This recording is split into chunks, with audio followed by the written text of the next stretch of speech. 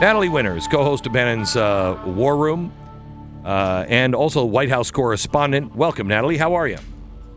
Hi, good. Thank you so much for having me. It is great to have you. Thank you for all of the hard work on so many stories, but this one in particular is really disturbing because it shows that this is nothing but the same revolutionaries, and this time they are pushing into the zone of terrorism.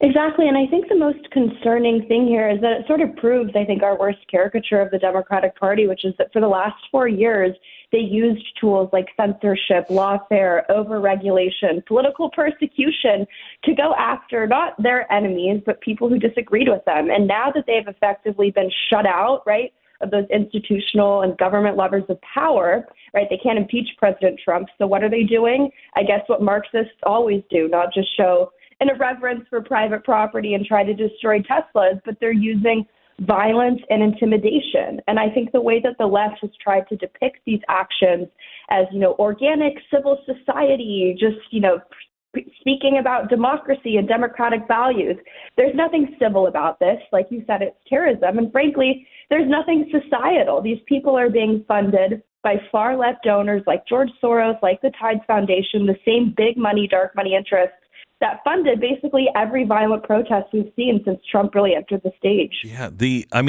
literally the oligarchs that they say that Elon Musk is. You're exactly right. Yeah. So tell me about some of the people that are behind this. Sure. So Indivisible is sort of the ringleader of a lot of this. And their biggest refrain that they always are pumping through the airwaves is that they are a grassroots organization, that they're people-funded and people-powered. But if you dig into their financials, which, as you alluded to, they've essentially erased all of their web pages showing the personnel that's undergirding their movement. But from the sort of 990 filings where you can see, again, by design, not exactly who's funding them, but overwhelmingly, the majority of the funds that support this group come from big dark money type foundations or philanthropic organizations, the NGOs of the world, which obviously is a euphemism. But of that, the majority of it comes from, and I'm talking $7+ million since 2018 alone, is coming from George Soros's Open Society Foundation. And like I said, when they tell you that they're funded by people and it's people power, it's not true. And in some cases, most recently, they were doing a whole thing, I'm sure your audience has seen, this apoplectic narrative that, House Republicans are not showing up to town halls. Well, Indivisible was behind that, and they were actually reimbursing their groups, in some cases $200, to buy all the gear, all the protests that they needed for that. And they have a separate program where they'll reimburse groups up to $1,500 for get out the vote operations, advocacy, and recruitment. So the idea that this is all organic and that President Trump is just, angering America so bad by going after waste, fraud, and abuse, it's not true. It's the same people who funded the protests outside the DNC, the flag burners, and frankly, it's the same people who fund inside the DNC. How do we reverse this? I just saw let me see if I can pull it up here. There's a new poll out that shows from Rasmussen, are the attacks on Tesla and Tesla vehicles justified? 19% of Americans said yes. Among the respondents ages 18 to 34, that was 36% that said they are justified. Among respondents that are Democrats, 31% say they are justified. When asked, is it fair to call the attacks on Tesla and Tesla vehicles a form of domestic terrorism? Overall, only 46% say yes, 39% say no, 15% say, I'm too dumb to have an opinion. Among the respondents who say they're Republicans, 68% said yes. The respondents who say that they're Democrats, 56% say no. How do you keep people saying, and a growing number of people saying, no, it's totally cool to shoot that guy in front of a hotel because he works for an insurance company, and we can burn down the Teslas, and we can find people in our own neighborhood that have them, target them, and destroy their lives until they take a stand with us and say they believe what we're doing and they've sold their Tesla. How do you get so many Americans to get behind that?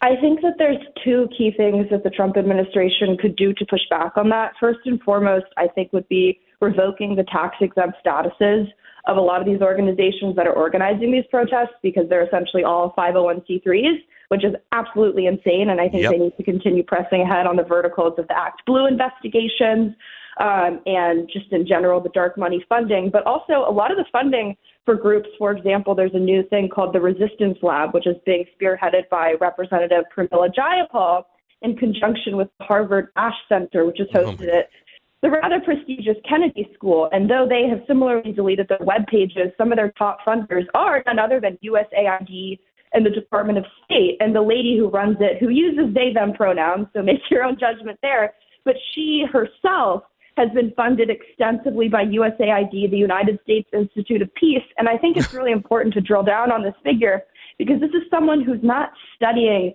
protest and nonviolence. This is someone who their CV reads like a rap sheet. They're studying terrorism and violent versus nonviolent protests, not because violent protests are immoral or unethical, but because they think at this moment nonviolent protests are more effective in bringing out their sort of utopian democratic worldview. And I use democracy not in its true sense. But these people are extremely, extremely radical. And I think what it goes back to is what we sort of started this interview on. They have always used this sort of color revolution paradigm to institute change and to oppose President Trump. It's why they depict him as an autocrat, as an authoritarian, right? Because then they can justify their outside the system regime change tactics that they've used abroad. And since they usually rely on impeachment proceedings or contested election results, they can't do that, right? They didn't take the House, and President Trump won the popular vote overwhelmingly. So they're relying on this narrative that what he's doing is so unpopular and this sort of astroturf outrage and protest and intimidation tactics to really continue this myth that President Trump is a dictator that must be opposed at all costs. I agree with you that Trump needs to go after the 501c3s. I mean, I'm a little disappointed in Pam Bondi. However, I say that realizing that she still doesn't really even have her full team around her. It's taking so long.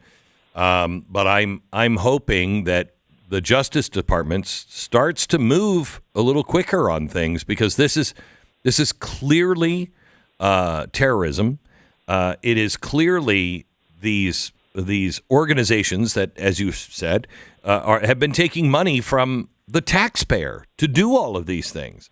And the only way to stop them, I think, is to not just call them out, but if they're breaking any kind of law, which they clearly are, go after them with everything we have. Yeah, and I think these radical judges have been stepping into at every point. I think that's a continuation of the lawfare. And I think the fundamental issue, look, you had all these Republicans talking tough about how they're such fiscal hawks. Where were they on the USAID front, all this waste, fraud, and that's been uncovered for decades? They did absolutely nothing. And now the best we can get is a not even full committee hearing, but a subcommittee hearing that's been postponed on judges with some experts to tell us and confirm what we know, that these people are radical partisan activists. It's so unfortunate because our side, our grassroots, are fueled by patriotism, not dark money, not George Soros money.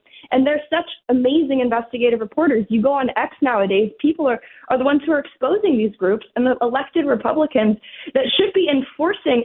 We're not even telling them to go after these groups in an autocratic, despotic way. We're just saying enforce the laws, enforce the fact that these should not be receiving tax-exempt statuses or 501c3 statuses, or go after the left-wing billionaires. I mean, the case that they've been able to make against right-wing billionaires who are trying to root out waste, fraud, and abuse, when you juxtapose that to actual, I would argue, criminal cases that you could bring against a ton of left-wing billionaires who are clandestinely and covertly funding domestic terror operations here in the United States, not just since January 20th, but for years on end. The issue, I think, starts with the weak fecklessness of congressional Republicans who just have continually showed that they're unwilling to do anything. When is Trump going after them? I would love Trump to give a speech today on a few things. One, okay, I just did the tariffs. The tariffs are not going to work by themselves. I need actual tax reform, tax cuts. And a tax cut is not renewing the Trump taxes that are going to, be raised. Now, that's not a tax cut. That was a tax cut 8 years ago. Give us a significant tax cut, Congress. And also, I'm taking a hatchet to the regulations beginning right now. And anybody who wants to stand around with their hands in the pocket, that's fine. But we cannot stand around and wait.